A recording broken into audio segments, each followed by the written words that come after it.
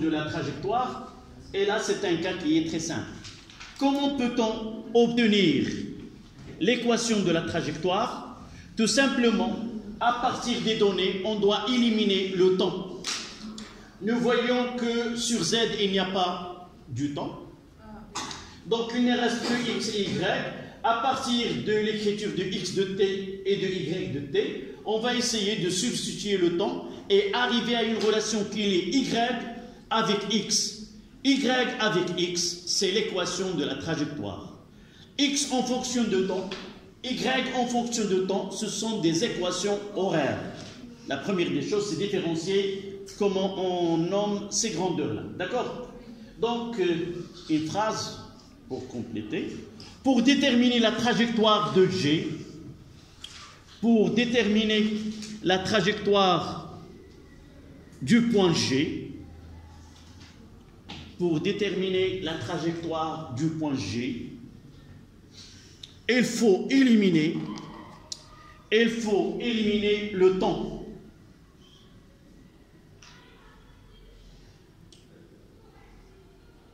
Il faut éliminer le temps en déterminant une relation entre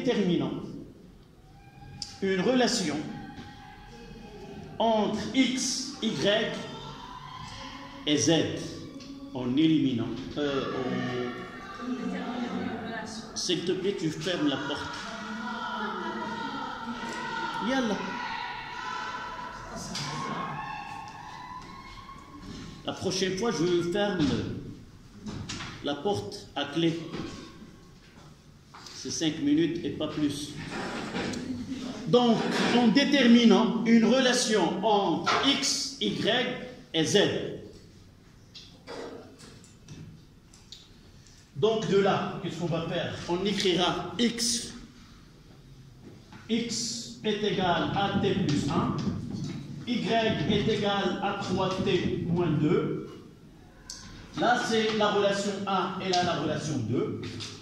À partir de 1, on écrira que T est égal à X moins 1. On va substituer la relation 3 dans 2. Et puisqu'on aura Y est égal, c'est 3 fois X moins 1 moins 2. Et on aura quoi? C'est Y est égal à 3X moins 5. Y est égal à 3X moins 3 moins 2, c'est moins 5. Et on aura Z est égal à 2. Qu'est-ce qu'on dira à propos de cette trajectoire?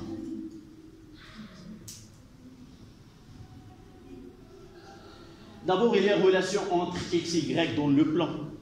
Donc, nous disons dans ce cas-là, si nous prenons là c'est Z est égal à 2.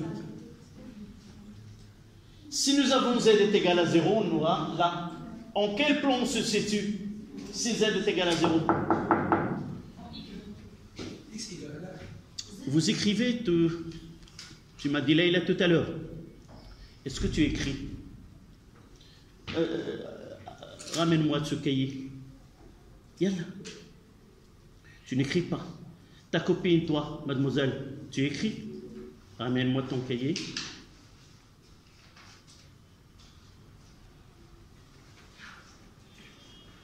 Tu ramènes tes affaires et tu t'assois là. Mademoiselle, tu passes au surveillant général. S'il te plaît, tu passes au surveillant général. Tu lui dis, le prof de physique m'a fait sortir. Je n'écris pas. Ben, ramène-le. Tu vas le ramener. Yallah.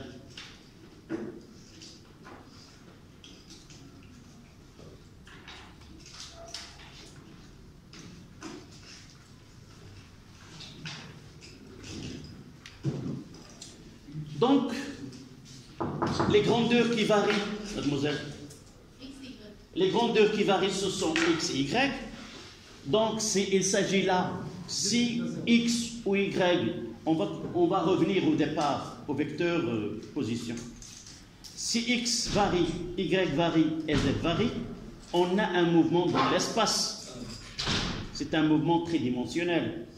Si une grandeur, une coordonnée qui ne varie pas, et les autres, c'est un mouvement plan.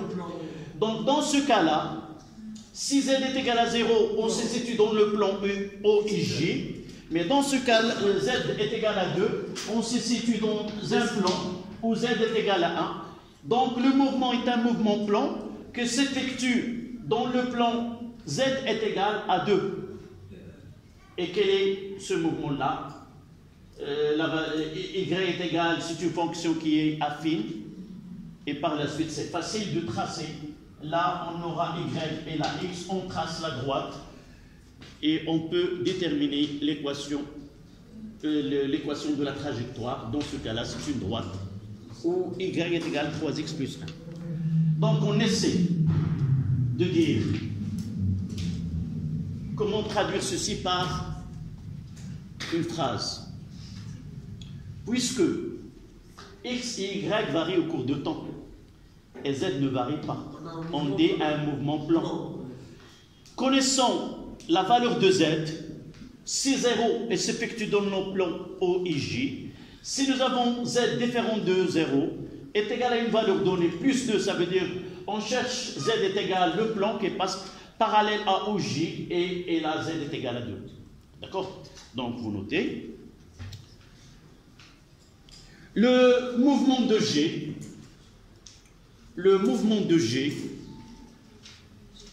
est un mouvement plan. Le mouvement de G est un mouvement plan dont l'équation de la trajectoire, y est égale à 3x moins 5, virgule, d'équation y est égale à 3x moins 5.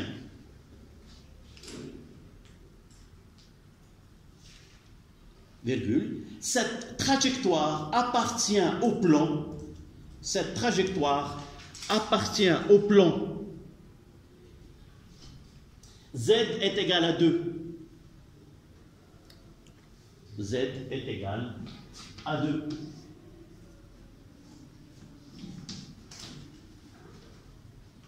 Donc là c'est I, là c'est J. Donc le mouvement s'effectue dans ce plan-là.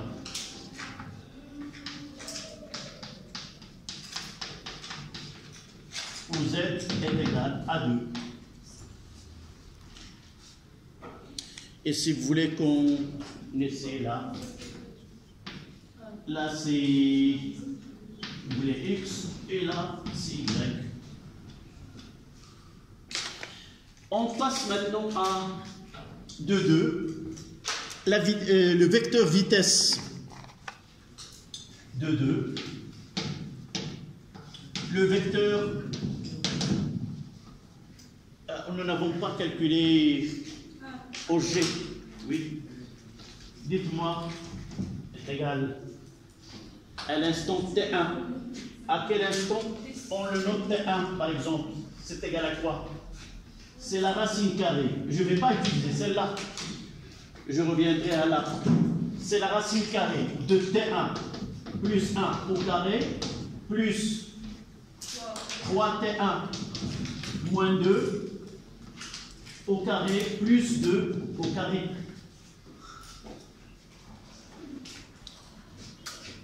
C'est-à-dire 4 au carré plus 7 au carré plus 2 au carré, ça donne presque, j'ai devant moi la valeur, 8,31 mètres, égale à 8,31 mètres. Voilà.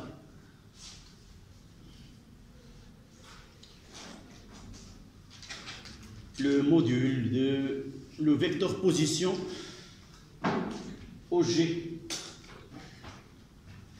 Donc on passe à 2,2, le vecteur vitesse.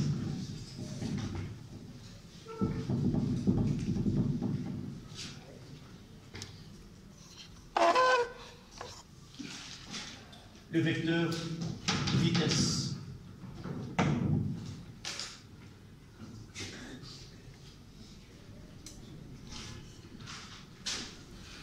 La définition. On définit le vecteur vitesse V. On définit le vecteur vitesse V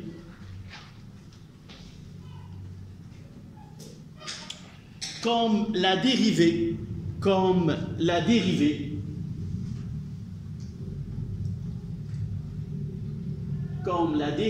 de vecteur position OG,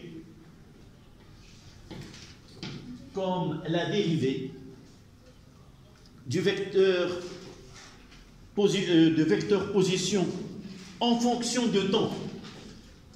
La dérivée de vecteur position OG en fonction de temps. Ça veut dire quoi? Par une relation mathématique, c'est D de OG sur DT. C'est la dérivée de vecteur position sur DT et non pas T2. Donc je vais écrire que V, ses coordonnées, c'est Vx, Vy, Fz. Ce sont les coordonnées. Ça veut dire le coordonnées sur l'axe des X, l'axe des Y et l'axe des Z. Ce sont des valeurs algébriques, peuvent être positives ou négatives, qui est égal à d de x sur dt, d de y sur dt et d de z sur dt.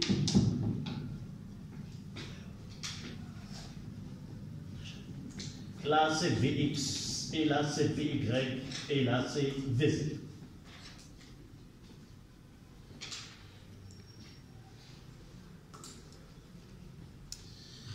D'après cette définition-là, on ne va pas le montrer, d'après la définition de dérivée, on montre que le vecteur vitesse est toujours tangent à la trajectoire.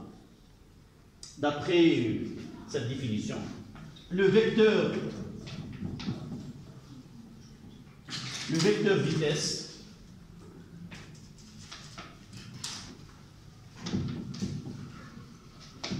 V est toujours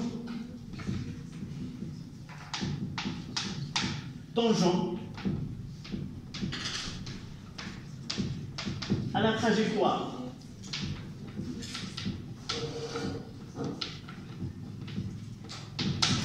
En chaque point de cette trajectoire. Je vais faire un petit schéma.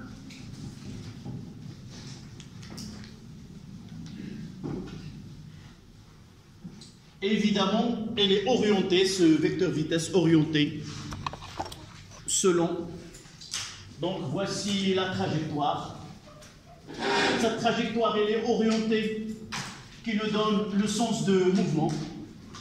Donc là, sens de mouvement.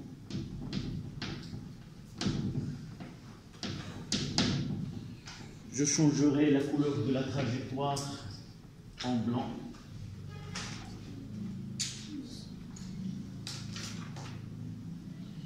Cette orientation me permet de tracer le vecteur vitesse. Donc je dois tracer la tangente ici. Là c'est la tangente et ça sera V à l'instant T1. De même ici, là c'est la tangente et je ferai V de G à l'instant T2.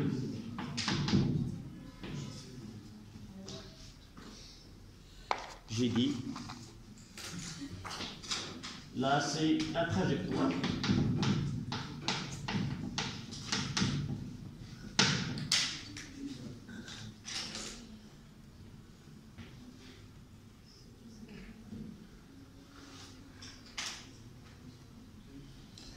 N'oublions pas que V qui est égal à V est égal à la racine carrée de Vx carré plus Vy carré plus Vz carré. C'est la même, c'est de la mathématique. C'est ce que nous avons fait avec OM. L'unité de V, c'est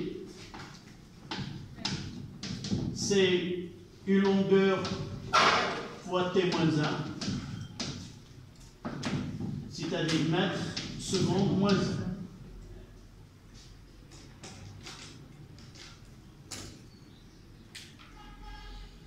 On va prendre un exemple de calcul.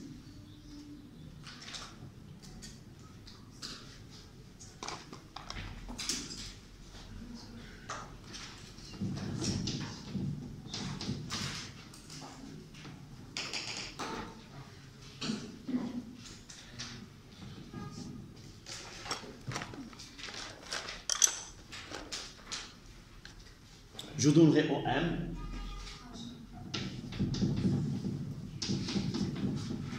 Voici OM.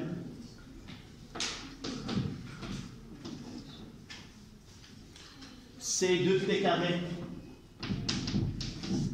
plus 3t plus 1. Là, c'est 3t plus 2. Le 3t moins 2. Et sur Z, c'est 2.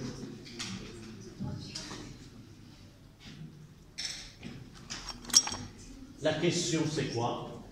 Évidemment, c'est calculer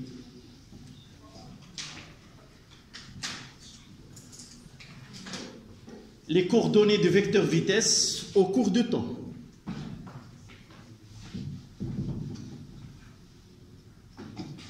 Donc, V, Vx, Vy et Vz.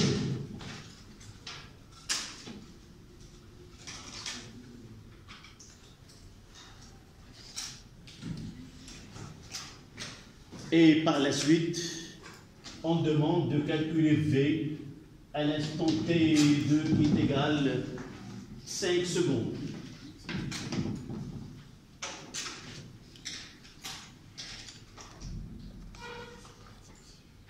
Donnez-moi les coordonnées de V.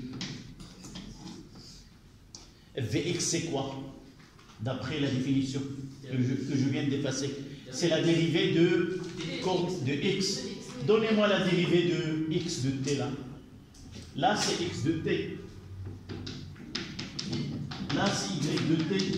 Et là, c'est z de t. 4t plus 3. Donc, Vx égale à 4t plus 3. Vy est égal à 3. Et Vz est égal à 0. Soit je fais cette écriture-là, comme je peux écrire que V est égal à 4t plus 3, quoi, porté par I, plus 3, là c'est I, et 3J. Voici l'expression de vecteur vitesse dans un repère OIJ, où O, ça sera le centre de ce repère.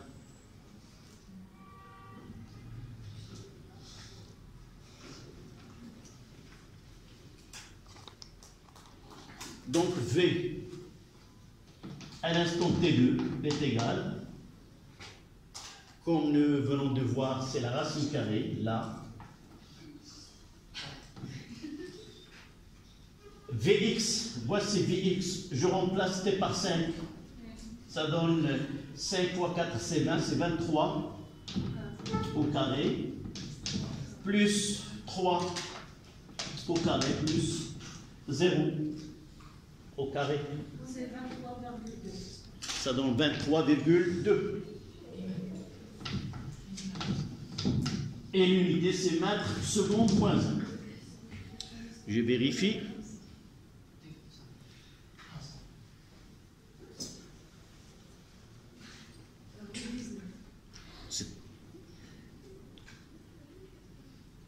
D'accord? Donc 5 fois 5, c'est 20, 23. Ça y est, vous avez vérifié? 17, combien? 23,2. D'accord.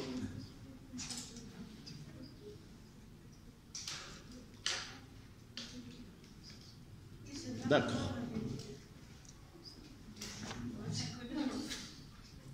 On passe maintenant à vecteur accélération.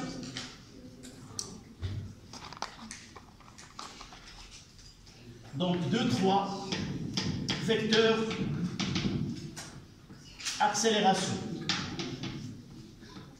Accélération. On va le noter A.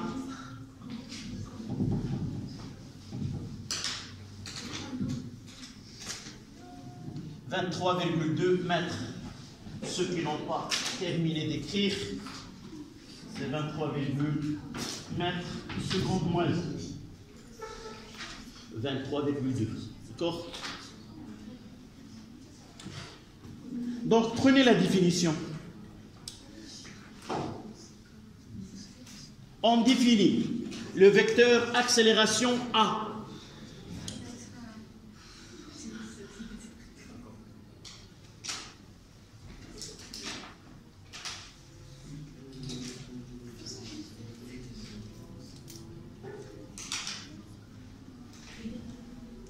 Ça y est? Non. Wow.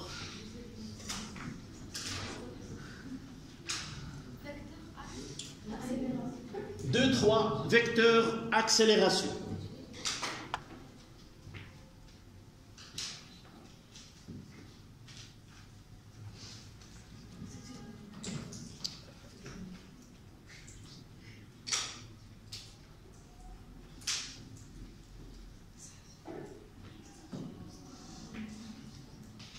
Ça y est, on définit le vecteur accélération A. On définit le vecteur accélération A avec vecteur évidemment comme la dérivée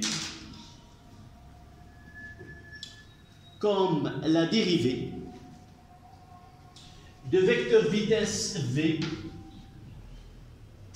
comme la dérivée de vecteur vitesse V en fonction du temps. En fonction du temps.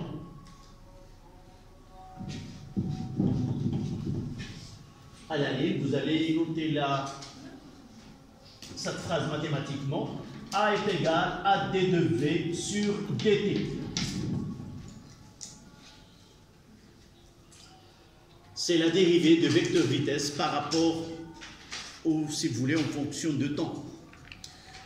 Si nous remplaçons V par dérivée de Cauchy, on aura A, c'est exact, A est là, AX, AY et AZ.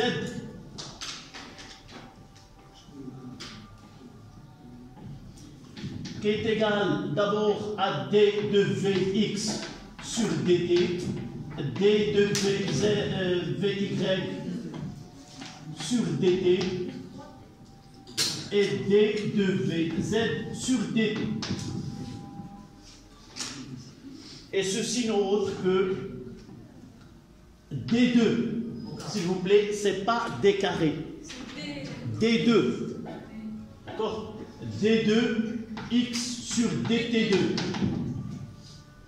d2 y sur dt2 et d2z sur dt. C'est la dérivée seconde. Dérivée première et dérivée seconde.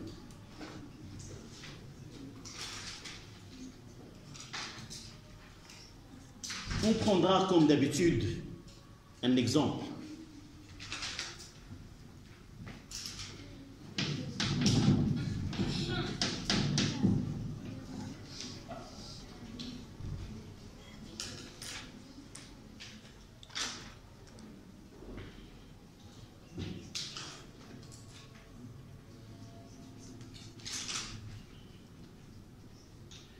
On va essayer de faire l'inverse.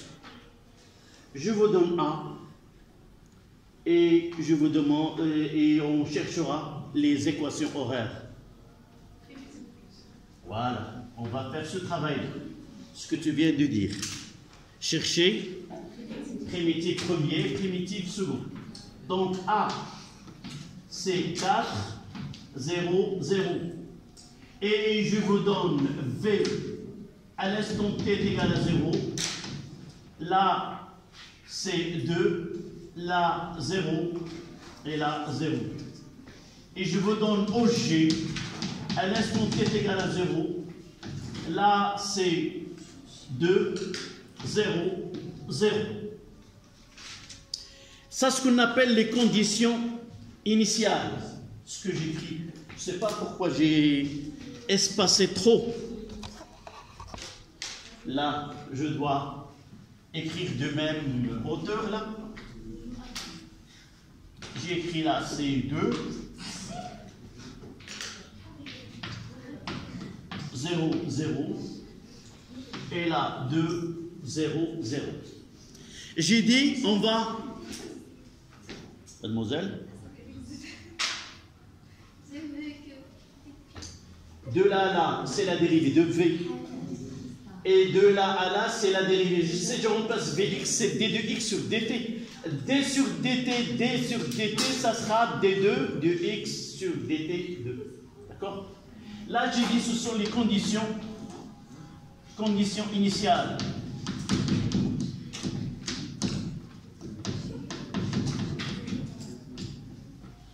Sans condition initiale, on ne peut pas aboutir aux équations horaires. Donc, on vous demande V de t et OG. D'accord? يلا تسلي عطينا شي حاجه ساليت بكتابه ديال لي دوني يلا من عينو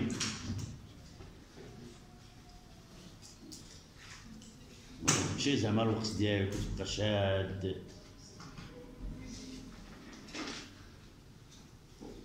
Là, ce sont les données. Et là, on va essayer d'appliquer, mais dans le sens inverse.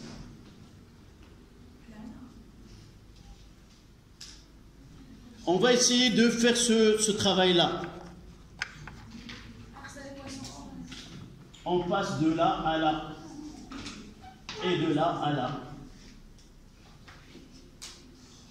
D'accord? Donc nous avons AX et nous voulons chercher VX. C'est la fonction primitive. La fonction primitive. Donnez-moi la primitive de... C'est 4t plus une constante. On va, puisqu'on constante, c'est une vitesse. Donc on va la noter. Est-ce que vous êtes d'accord? On écrira 4t plus V0 sur quoi? Sur quel axe? X. V0x. C'est très bien. Pour la deuxième, c'est 0. Donc ça sera une constante. En constante, on va la nommer V0 Y. Et de même, on aura ici V0 Z. Si la constante est... Celle-là est une constante à l'instant t est égal à 0. À quoi t'égale V0x d'après les données? Non. 2. C'est la valeur de V à l'instant t est égal à 0, c'est 2. Oui. Donc ça sera est égal à 4t plus 2. Et là, c'est combien? C'est 0. Et pour Z, c'est 0. C'est une constante et voilà V0. Là, c'est V0x, et là c'est V0y, et là c'est V0z. Vous êtes d'accord? Ou je reprends?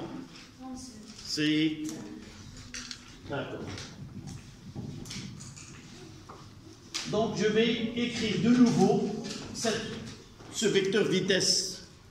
Donc j'aurai V à l'instant t, ça donne C4t plus 2, là 0 et là 0.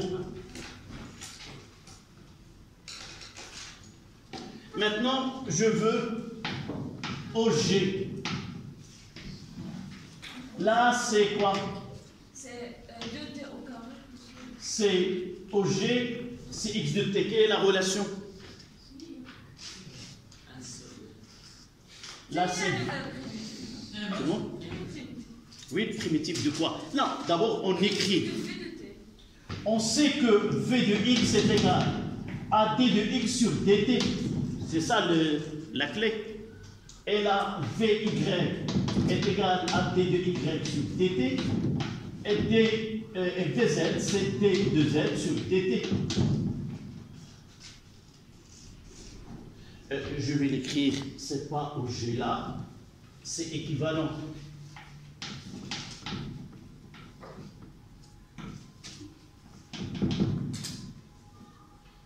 Donc j'écrirai au-dessous OG.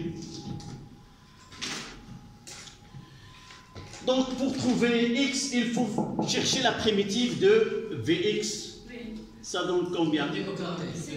C'est 4t, t plus 1 sur 1 plus 1, c'est 2t carré. Plus 2t carré plus 2. T plus quoi? Quelle constante? On parle des... Non, non, non. Le symbole, tout simplement. Comme ça. x0 plus x0. Une constante qui prendra la même expression, sauf on lui donne à l'instant est égal à 0. Pour celle-là, c'est une constante. Cette constante, c'est quoi? y0. Et de même, z0. Et à partir des données, OG0, c'est quoi? C2, 0, 0. Ce qui nous donne quoi? 2t carré plus 2 plus 2t plus 2, 0, 0. Donc, vous avez écrit cette partie? Non? Il y a uniquement pour résumer. On va appliquer ceci par la suite.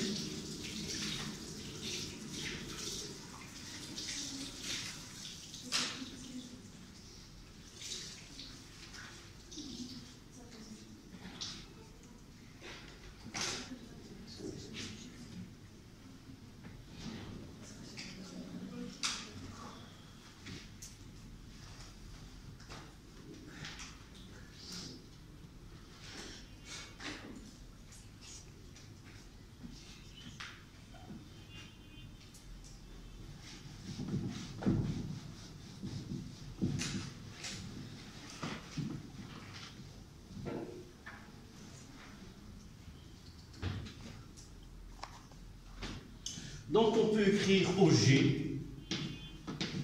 est égal à 2t carré plus 2t plus 2 porté par I et 0 sur Y et 0 sur Z. À propos, comment peut-on qualifier ce mouvement? Est-ce que c'est un mouvement dans l'espace, dans le plan, ou selon une droite? Puisqu'il y a un seul axe suffit pour décrire.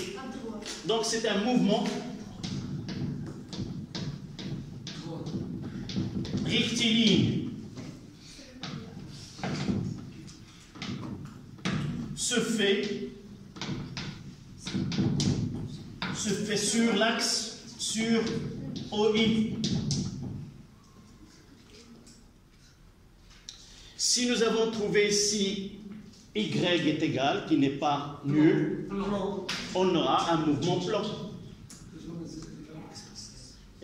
exactement, mais dans notre programme, on n'étudiera que le mouvement rectiligne et les mouvements plans par la suite.